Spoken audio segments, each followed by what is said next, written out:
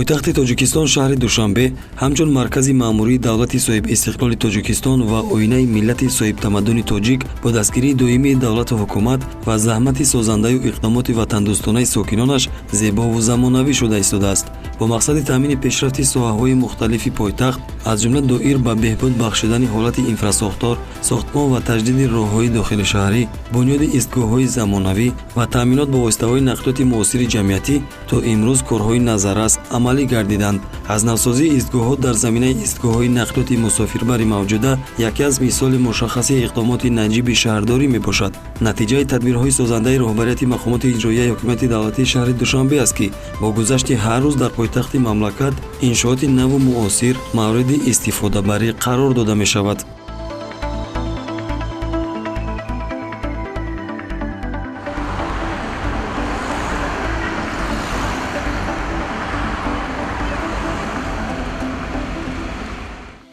моҳи августи соли 2017 бо иштироки раиси шаҳри Душанбе муҳтарам Рустами Эмомалӣ ронамоии намунаи аввали истгоҳҳои нав сурат гирифт. зимни шиносоӣ бо лоиҳаи ангоравии истгоҳ раиси шаҳр ба масъулин дастур дод, ки дар бунёди чунин иншоот, ки ба баланд бардоштани сатҳу сифати хизматрасонӣ дар соҳаи нақлиёт мусоидат мекунад, дар истифодаи масолиҳи хушсифати маҳаллӣ диққати махсус бидиҳанд, то иншооти мазкур солҳои зиёд ба сокинону меҳмонони пойтахт хизмат намуда дар як муддати кӯтоҳ таъмирталаб нагардад.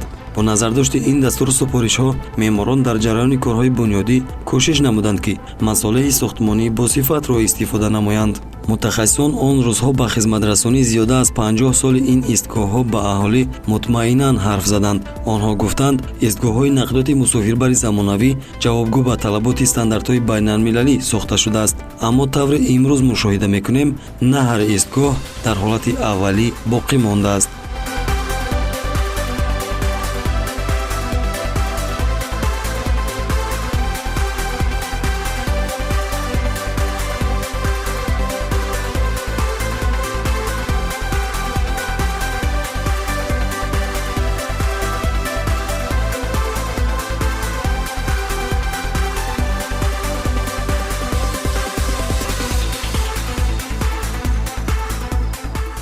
дидем ки чанд лампочкаш кор намекуна уновояташ хайнами ягон ами шашташ сеташ кор намекуна ё шамбу суза туркида ҳеч намебинӣ бисёр вақт айдури остановка набинӣ бо чи хела бо мекове усмера и остановка ма чи махлука ки пештаро да зудтара тараб маҳкама соягӣ ҳастан ҳар кас меге ки мо нуво бикунам мо нуво ки хеле намешавад ҳар мом тоҷики мо тоҷикистони химон ҳурмат кунем. мувофиқи маълумоти ба мо дастрас гардида, аз рӯзи ифтитоҳ то ин ҷониб ҳолати техникӣ ва тозагии истгоҳҳои замонавиро аз рӯи салоҳият ягон муассиса ё мақомот назорат намекард. ҳамакнун масъулияти нигаҳубини ҳолати истифодабарии истгоҳҳои муосир ба зиммаи раёсати истифодабарии роҳҳои ноҳияҳои шаҳри Душанбе вогузор гардидааст. дар тасдиқи ин маълумот аз муассисаи давлатии раёсати сохтмони асосии мақомоти иҷроияи ҳокимияти давлатии шаҳри Душанбе ба мо иттилоъ доданд, ки то имрӯз дар ҳудуди пойтахт 63 адад истгоҳҳои замонавӣ на танҳо сохта мавриди баҳрабардорӣ қарор гирифт, балки вобаста ба мавқеи ҷойгиршавӣ дар асоси хулосаи аъзои комиссия ва тартиб додани санад, назорати ҳолати истифодабариашон ба раёсати истифодабарии роҳҳои 4 ноҳияи шаҳри Душанбе вобаста карда шуд. баъзе харобкориҳое, ки то имрӯз аз ҷониби бархи шаҳрвандон анҷом дода шуд, боиси косташавии намои зоҳирии қисме аз истгоҳҳои нав гардидааст. бо муаззаф гардидани сохтори алоҳида дар самти нигоҳубини ҳолати хизматрасонии истгоҳҳо умед бар он мебандем, ки харобкориҳо дигарбора такрор намешавад.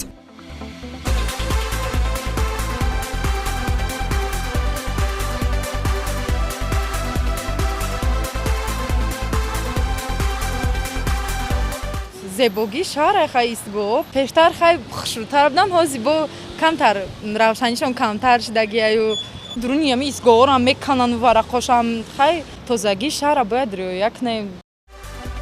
истгоҳи донишгоҳи тиббӣ дар хиёбони рӯдакӣ мутааллиқ ба раёсати истифодабарии роҳҳои ноҳияи Исмоили Сомонӣ аст. баробари дидани торикии дохили истгоҳ, бовар кардани воқеият, ки иншооти мазкур ҳамагӣ як сол қабл мавриди истифода қарор гирифта буд, мушкил аст. ин дар ҳолест, ки масъулон дар рӯзи ифтитоҳаш аз 50 соли хизматрасонии сатҳи баланди он сухан гуфтанд. ба ҳама ҳама тарафа буд. Сенсорш кор мекард, ҷои зарамонаташ, вайфайш, светош ҳама кор мекарданд. ҳозир ҳама рехтагия. ҳам торика, ҳам светош кор намекунанд. Аввал чӣ хел буд, ҳозир чӣ хел аст?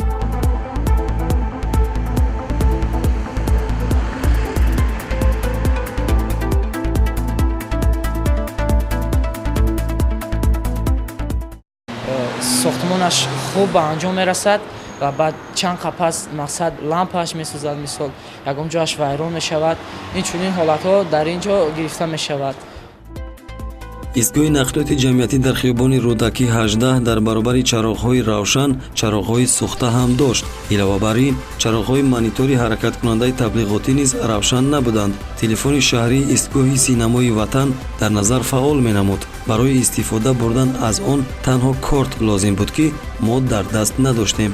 истгоҳи Бонки Миллӣ бо доштани дукони фурӯши рӯзномаю маҷалла аз истгоҳи синамои Ватан тафовут дошт. ин истгоҳ ҳарчанд дукон дошт, вале он ғайрифаъол буд.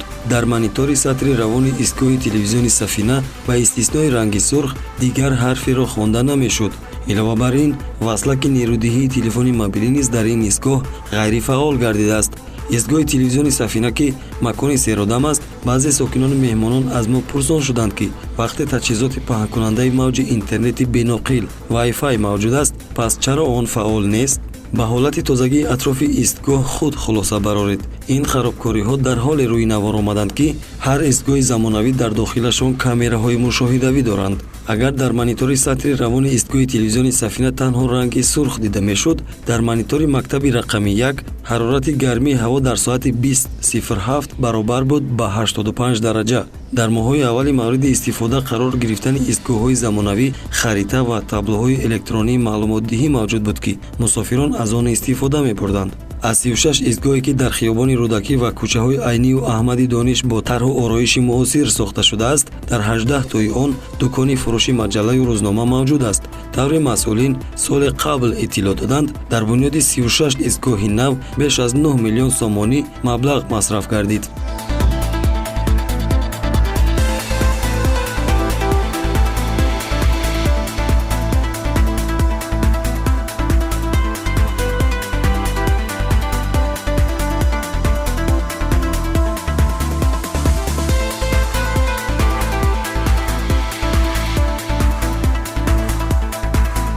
барои мусофир дар дохили истгоҳ мунтазири омадани нақлиёти ҷамъиятӣ шудан дар ҳавои тираву боронӣ, барфу сард ва офтобу гармӣ бисёр мувофиқ аст.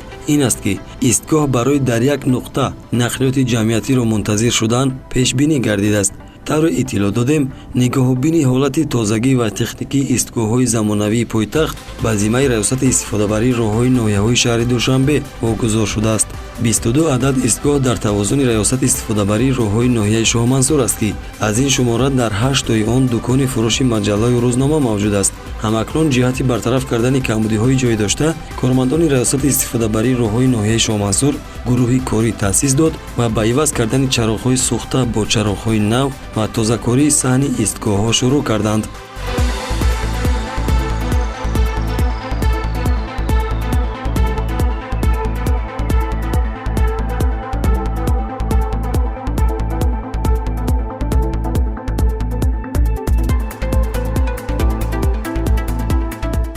طبق دستور سفارش‌های حکومت جمهوری تاجیکستان برای در سطح بلند گذراندن جشن سالگی استقلال دولت جمهوری تاجیکستان و دیگر جشن‌های در پیش شده کارهای سازندگی و بادانی را به راه مانده‌ایم.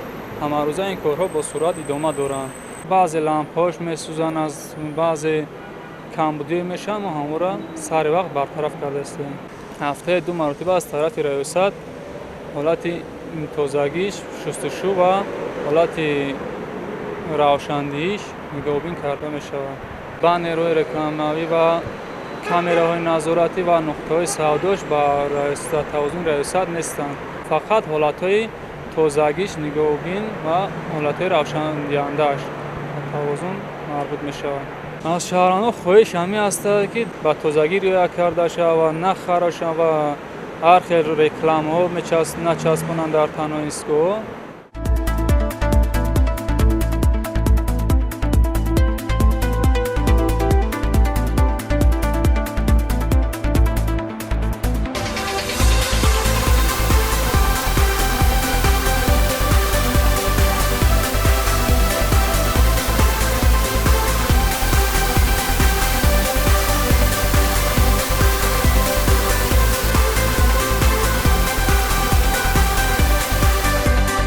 дар ин баробар кормандони раёсати истифодабарии роҳҳои ноҳияи Исмоили Сомонӣ ҳам ҷиҳати бартараф кардани мушкилоти ҷойдошта дар истгоҳҳо барои иваз кардани чароғҳои сӯхта даст ба кор шуданд. роҳбарияти раёсати истифодабарии роҳҳои ноҳияи Исмоили Сомонӣ ба мо иттилоъ доданд ки дар наздиктарин фурсат торикӣ ва дигар нуқсонҳои ҷойдоштаи истгоҳҳои дар тавозунашон бударо бартараф мекунанд.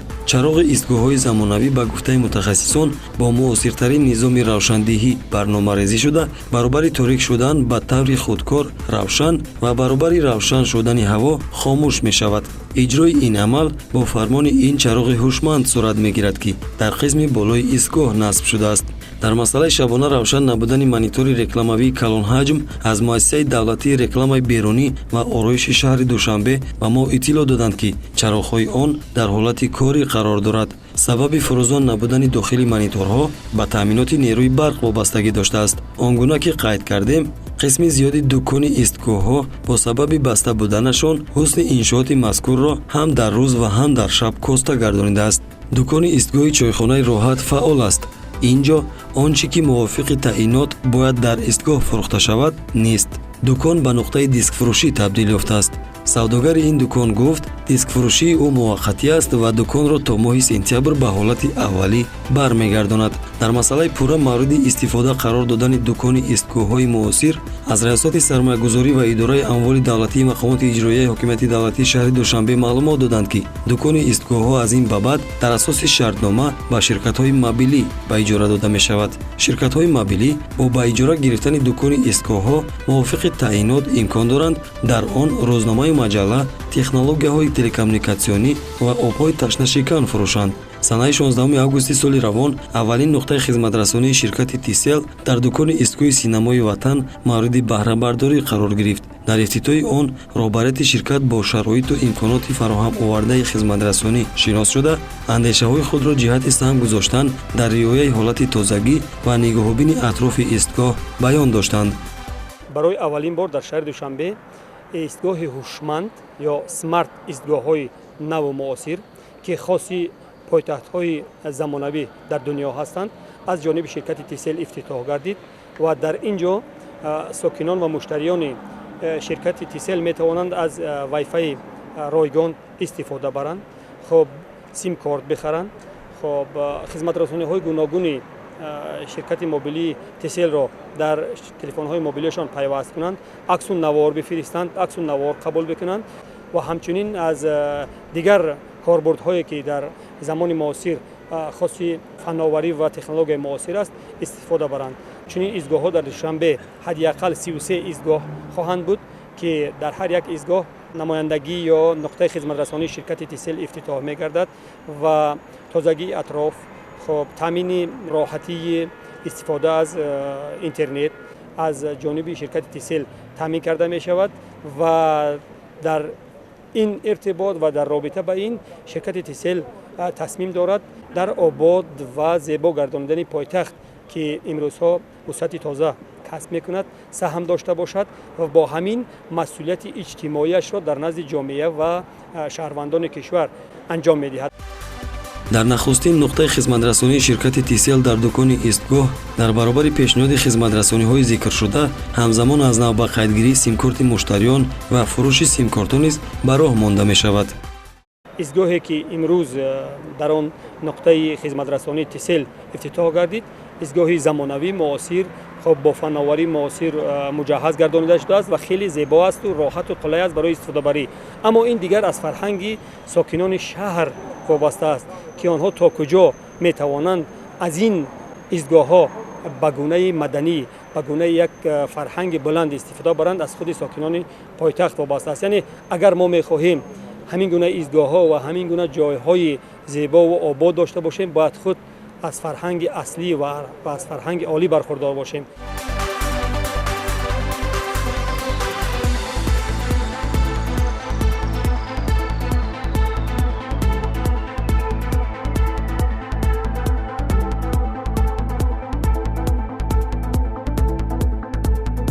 ҳамин ки истгоҳеро намешиканем, ба ҷое хат намекашем ва коғазе намепартоем, худ нишонаи саҳм гузоштани мо дар обод гардонидани пойтахт аст.